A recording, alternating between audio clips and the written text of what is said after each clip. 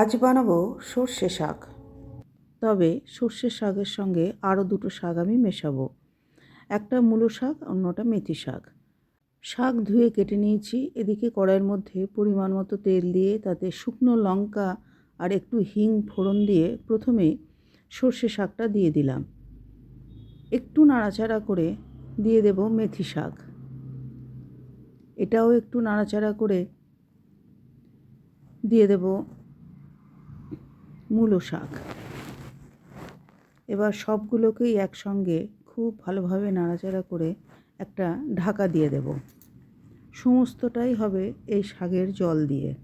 অনেকে এই শাকের জল ভাপিয়ে ফেলে দেয়, না, তাতে ভিটামিন চলে যাবে। মিনিট 5 পর ঢাকনা খুলে পরিমাণ মতো নুন, হলুদ, মিষ্টি দিয়ে দিলাম। আর যেটা দিলাম সেটা হলো আদা এবং কাঁচা লঙ্কা। এটা হামাল দিস্তিতে থেতো করে দিয়েছি, এতে ফ্লেভারটা ভালো আসবে। আবারও ঢেকে দেব। 2-3 মিনিট পর ঢাকনা খুলে দেখুন 3টে শাক একসঙ্গে কতটুকু হয়ে গেছে। খুব ভালো করে এবার এটাও নাড়াচাড়া করে দিয়ে দেব 1 চামচ ঘি।